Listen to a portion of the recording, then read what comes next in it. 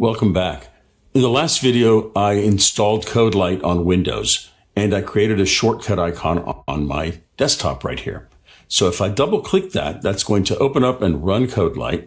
And the first time you run it, you're going to get a setup wizard. It's going to look something like this. It says, welcome to the setup wizard. You can bypass the setup wizard, but let's run it. And we'll select next, and we'll select C++ development. Select next again. Now, in this step, you can scan for compilers. And the idea here is we've got a compiler installed on our system. CodeLite needs to configure itself to work with that compiler. So we'll select scan. Most of the time, it will not find it.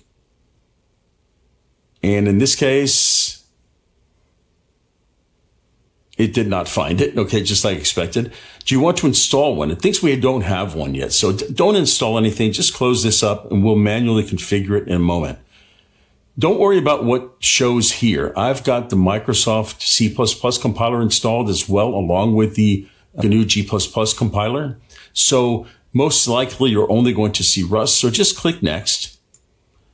Here we select the colors that we want for our interface. Normally I will work in dark. I'm just going to select system default because I think that the light, actually I'm going to select light because I think that the light shows up a lot better on video than the dark. So I'm going to select next. I'll just press finish now. Don't change any of these settings. And CodeLite is going to close up and restart. And that's it. So let me make this a little bigger and show you what's going on here. We've got our menu at the top. And over here on the left, we've got a workspace view. In the workspace view is where we see our workspace, and our workspace can consist of many projects, which is really great because we can have a workspace, for example, for section 6 and have all the projects related to section 6 in here. Or you can have a workspace named anything you want. Maybe you're learning about pointers and you want to create a workspace called pointers and then having projects within that workspace all about pointers. Once you have workspaces, they'll be available down here. Recently opened workspaces. Now, obviously, I've just installed this, so I've got nothing in here. So that's a real easy way to pick previously used workspaces. And then you see this right over here where it says, open an existing workspace, create a new workspace, and so forth. And we'll be using those in just a moment. But before we do anything, we need to set up and configure our compiler. So let's do that. I'm going to go up here to settings, and then I'm going to press build settings. And there you can see those 3 items that we saw a little while ago during our build. Now at this point, I want to click that blue plus symbol right here. On some versions, I think it's the Linux version or the Mac version, that's a green plus, but in this case, it's a blue plus. So I want to make sure I'm on that compilers tab right up here, and I'm going to click that plus. It says add an existing compiler. So I'm going to click it. Now I'm going to go to where I installed my compiler, and I installed it on my C drive in the min.gw folder. Right there. And I want to select the bin. That's the path that I want. That's where all my binaries are, the executable files for the compiler. And I'm going to select folder. At this point, it's asking us to name the compiler. I'm going to name it min.gw. Just like that. I encourage you to do the same. Select OK. And now CodeLite has set up the compiler. You can see it set up the compiler path, the assembler paths, and all this good stuff. And a good sanity check is to look through here and make sure that you've got min.gw64 bin, because that's where all this stuff is. And once we're done with that, we can click OK. Great. Now we're in a position where we can start writing code, creating workspaces, creating projects, and so forth. So let's go through those steps. There's still a little bit more configuration, but not a lot more. So what we can do here is we don't have any workspaces yet. So we can create a new workspace. I can click over here on this big button over here on the right, or I can go up to workspace, new workspace. And I think you can even do a file, new workspace. Yep, right there. So there's a lot of different ways to do it. I'm just going to click on this big button because it's pretty easy. Now it's asking us what type of workspace do we want? We want a C++ workspace. So make sure you select C++. Click OK. So now it's asking us, where do you want to store this workspace? So here you've got a lot of choices. You can store this wherever you like, sort of. Do not install this on cloud drives. Do not install workspaces on folders with really weird names. And the other thing I would recommend is not to install it on your desktop or your documents. I used to do that all the time and it worked great. But more and more, we have systems that are using OneDrive, and OneDrive is managing the desktop and the documents folders, and it's putting them somewhere else where they normally aren't. So what I would recommend is that we go right in here, right in our users, and whatever your username is. My name is Mitro in this example. That's going to be your own username. What I encourage you to do is just click those three little buttons here. And right now I'm in the home folder, and right in here, I want to create a new folder. And I'm just going to call this workspaces. Just like that. And I'm going to select that. So my workspace path is my home directory, my username folder. And I want to create a new workspace. So let's call this workspace 1. We can call it whatever we want. We can call it, this week's workspace, whatever we like. Now, something that's very, very important, do not put spaces anywhere. Do not use special characters. Just keep it really, really, really simple. No international characters, no spaces, no special characters. Just keep it plain and simple.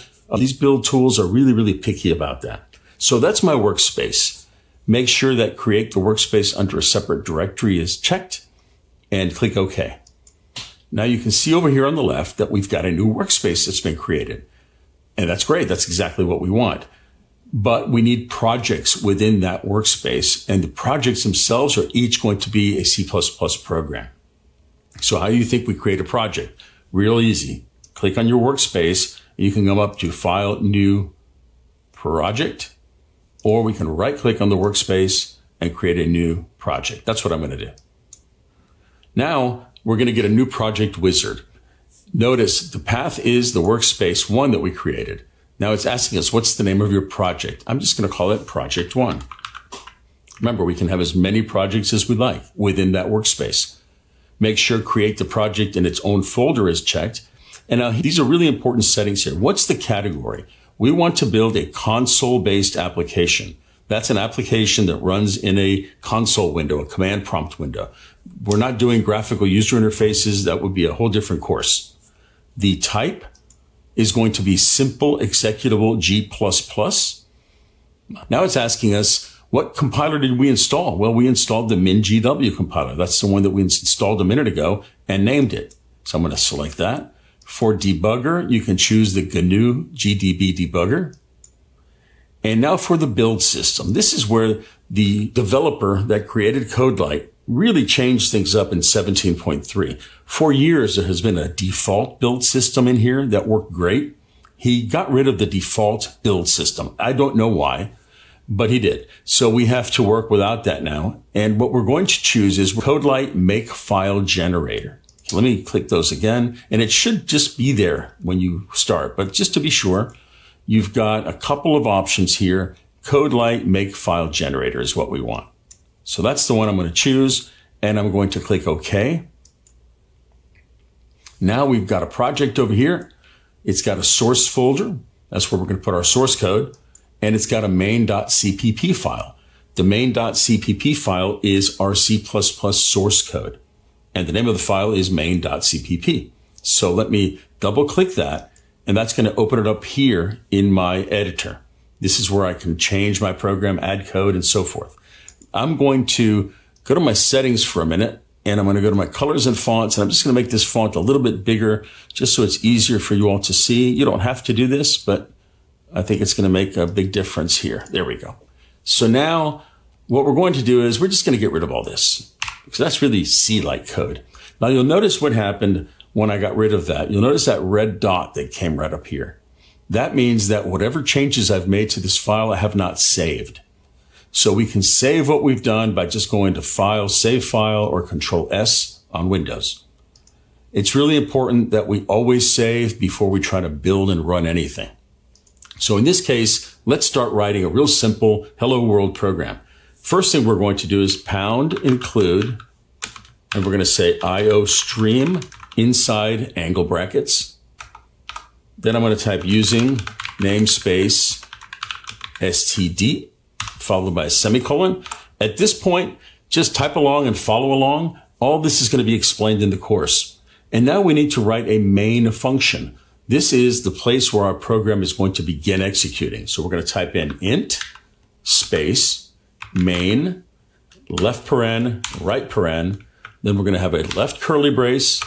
And you'll notice when I pressed enter, CodeLite automatically closed that for me. So it's using those smart braces, which is really, really handy. And in here, all we're going to say is cout, two less than signs or left angle brackets side by side with no space between them. Make sure there is a space between cout and those angle brackets. Then again, another space. And then I'm going to type hello world in double quotes, just like that. Then I'm going to follow that with two more left angle brackets or two less than signs, followed by the word ENDL. Not END1, but ENDL. Now you'll notice as I was typing, CodeLite was helping me. It's got code completion, so it's helping me, and I'm just going to indent this so it all lines up nicely. It's trying to figure out what I want to type next and helping me out. So I could just press tab and I don't have to type it all in. So in this case, we have one more statement to write. It's going to be return. And you can see when I type RET, it's giving me the return. So I could just press tab and it'll finish it for me.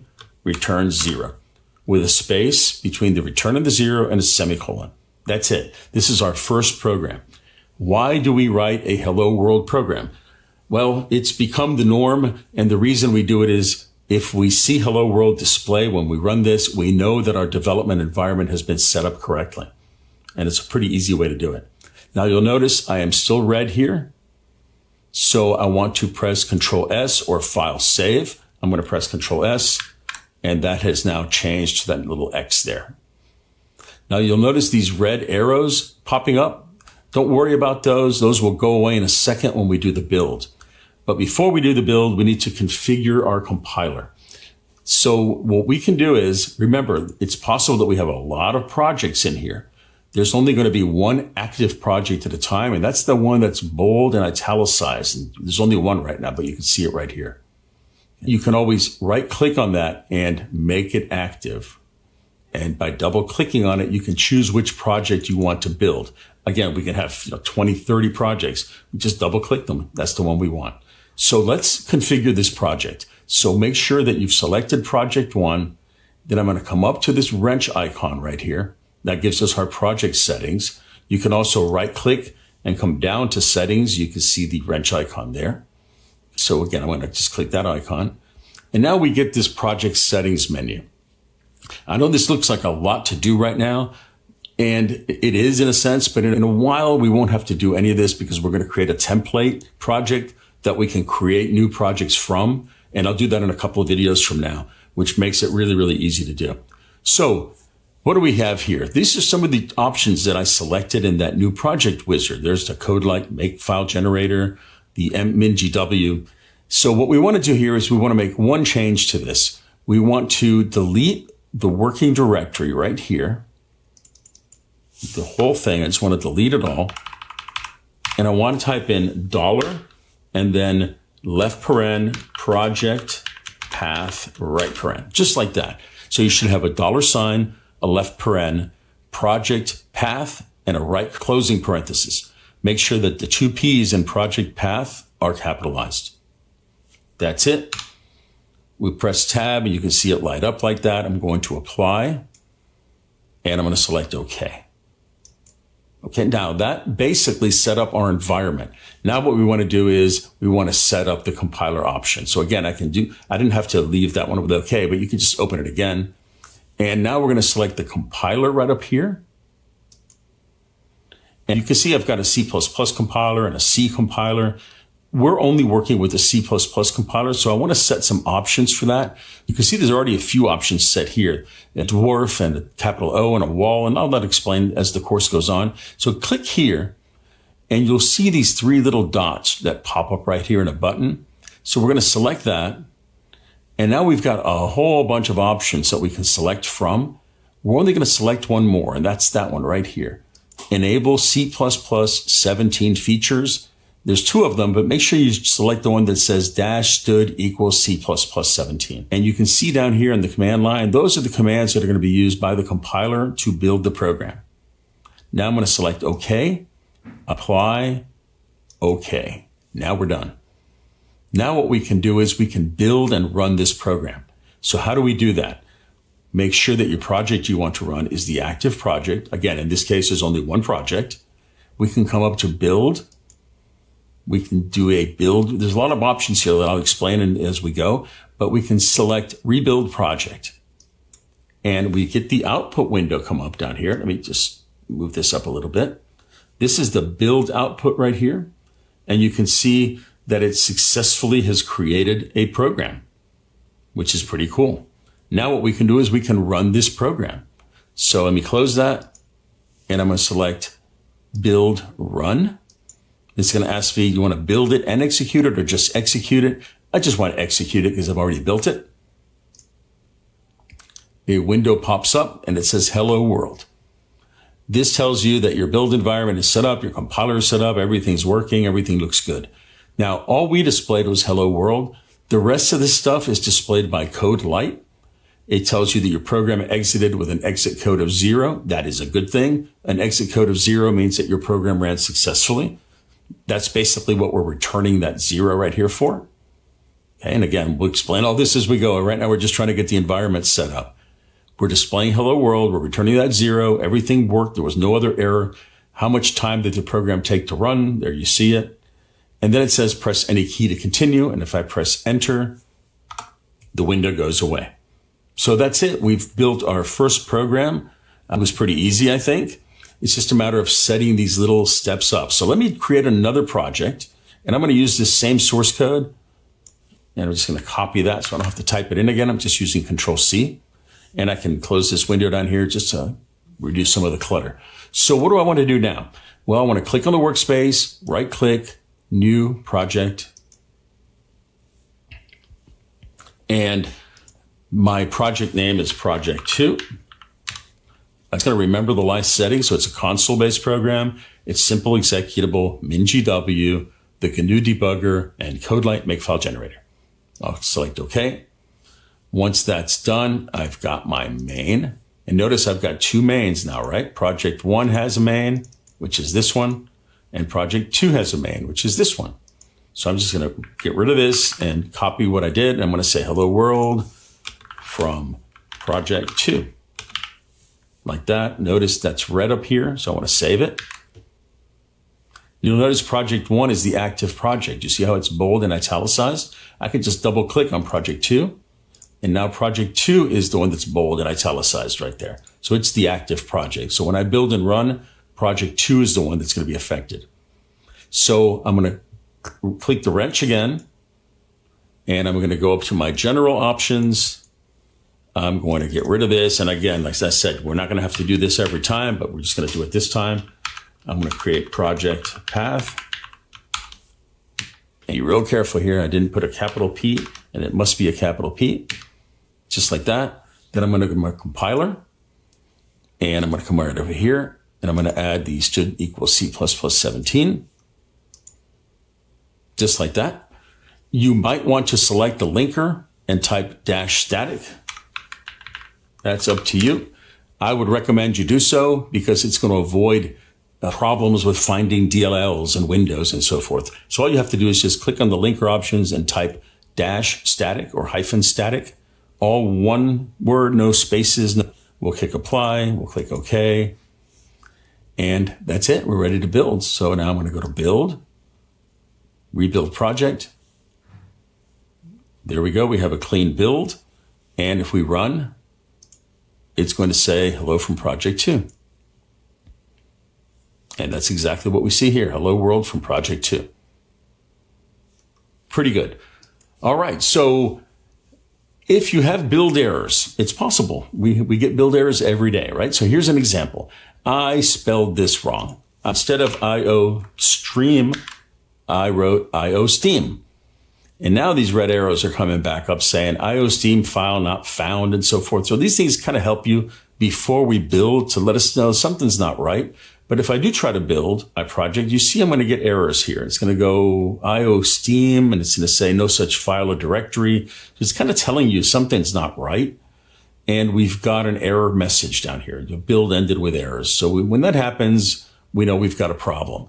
If you run into things like this, they're usually pretty easy fixes. A lot of times they're just typos, right? So if I put that back in, and build will be good to go. But if you post something on the Q&A about it, and I'll say, rebuild your project and show me the build output, this is what I want to see down here. So we've got several tabs here. So you would just click the build tab and copy and paste all this stuff, or give me a screenshot, and I can really help you with that. Similarly, let me close this so we get a new one. If I forgot that semicolon, semicolons are really important. You can see that little red arrows popping up saying, hey, I expected a semicolon somewhere right after here. But if I do build, again, I'm going to get an error right there. It's pointing at it. It says, hey, I'm expecting a semicolon. We can't run our program until we get a clean build. So I can put the semicolon back in. And as you can imagine, there's a lot of places to make mistakes, right? I spell main wrong. I forget one of these quotes here. We have to close them up. A whole bunch of places I forget this, closing curly. So there are a lot of places where things can go wrong. But once you have this environment set up and you've got a build, we're good to go. We can proceed and we can write code in the course. Now, the last thing I'd like you to do is come up to Settings, Preferences, and come over here to where it says Miscellaneous. And it says check for new version on startup, and just unclick that. Otherwise, it's going to really pester you a lot saying, hey, there's a new version of CodeLite out there. Resist the urge to download and install new versions. New versions often come with bugs, often come with a lot of changes. Once you have your development environment set up for this course, just leave it alone. Use it that way for the whole course, and you're not going to have any trouble. Don't just keep updating at every point release, because that's just asking for trouble and for misconfiguration errors. Okay, so I'm going to click apply and OK, and we're pretty much done. So if you've gotten this far and you've got your build system all set up, congratulations, we're good to go. Next step is to head over to the video where I'm going to show you how to set up a project template so that you don't have to go through all the stuff that I just went through. We only have to do it once. And then from that point forward, we just create a new project based on an existing project, and all this project path and all of this compiler stuff and all of this linker stuff is going to be done for us automatically. So we don't have to do that again. All right. So I'll see you in that video.